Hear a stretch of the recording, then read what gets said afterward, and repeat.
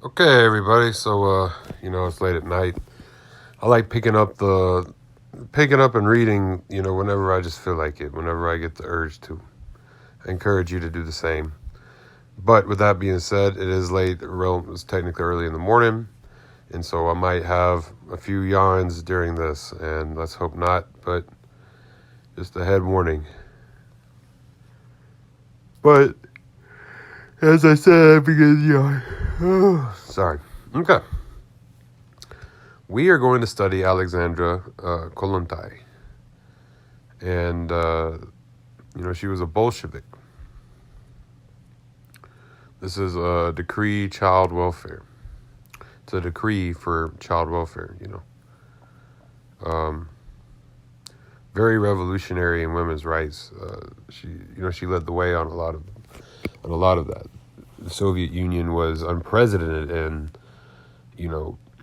post-colonial or just colonial era, even like colonial era on, was, we can't speak for the nations before colonization, the entire world before colonization, but nowhere had there been women's liberation like there was in the Soviet Union up until the Soviet Union.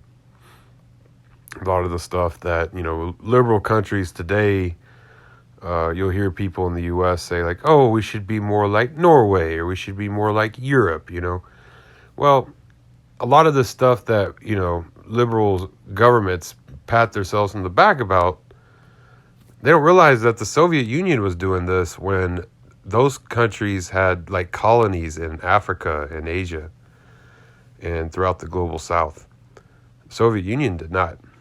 The Soviet Union had actual welfare, I suppose, not just welfare in the current day sense, but these certain things like a right to maternal housing, something that we still don't have in the United States, which forces so many women to be in abusive relationships here because, they're alienated through property and labor. They're not given the opportunities that men have, and they know that if they leave, their abusive husbands, and that the class card is stacked against them.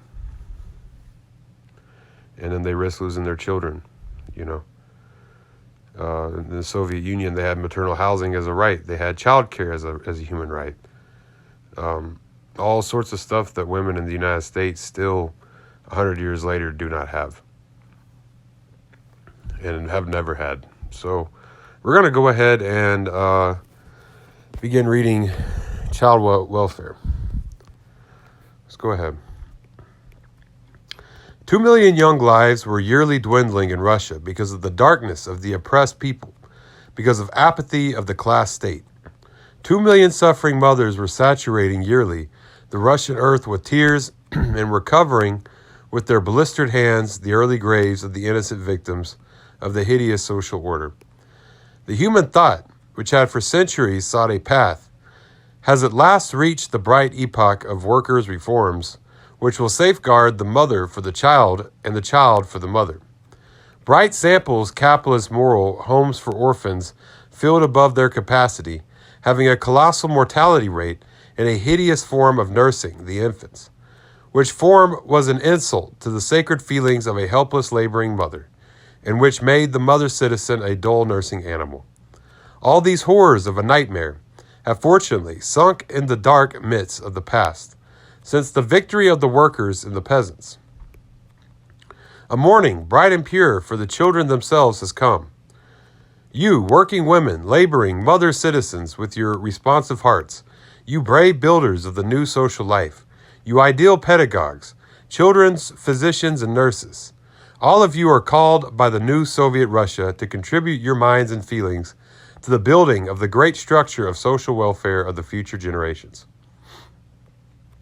All the small and large institutions of the Commissariat of Social Welfare, which serve the children, all of them from the day of publication of this decree, mold into one state organization and are transformed to the supervision of the Department for Safeguarded Mothers and Children, so as to create an inseparable chain together with the institutions for the care of pregnant women, for the purpose of bringing up mentally and physically strong citizens, The Petrograd home, with all the auxiliary branches, becomes part of the Palace for Safeguarding Motherhood and Infancy, as one of its departments, and is named the Palace of Infancy. The Moscow home becomes part of the Moscow Institute of Motherhood and is named the Moscow Institute of Infancy.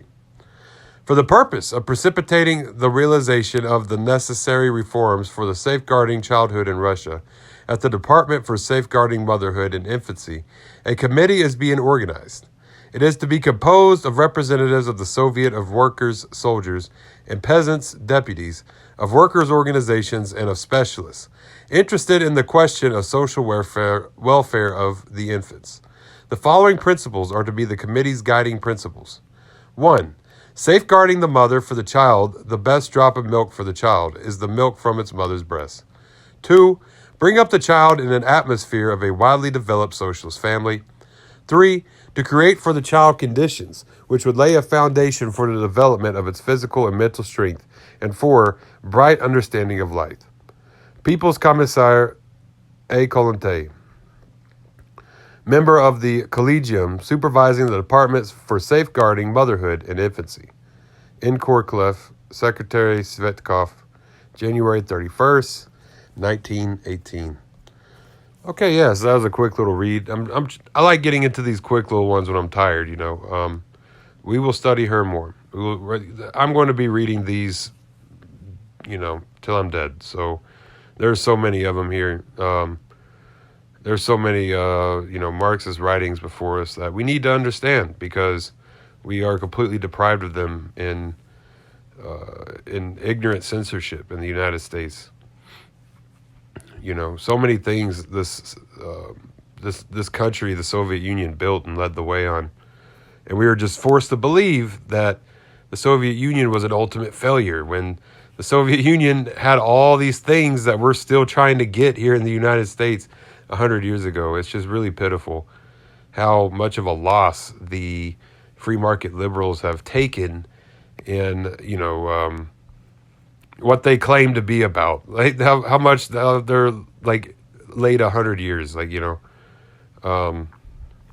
and that's why, because they're ashamed of themselves and they know that they can't keep the working class person alienated if we study actual socialist history and not just the garbage that these private property media companies give us 24/7, from that they inherited from the genocide of Native Americans and off the enslavement of black people. We're supposed to pat them on the back for for having all of their media companies now that they inherited from those exact things.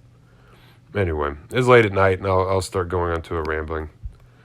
Anyway, this is, so we read this, as always, Marxist Soft, Facebook, Twitter, TikTok, Medium, YouTube, Tumblr. Follow me.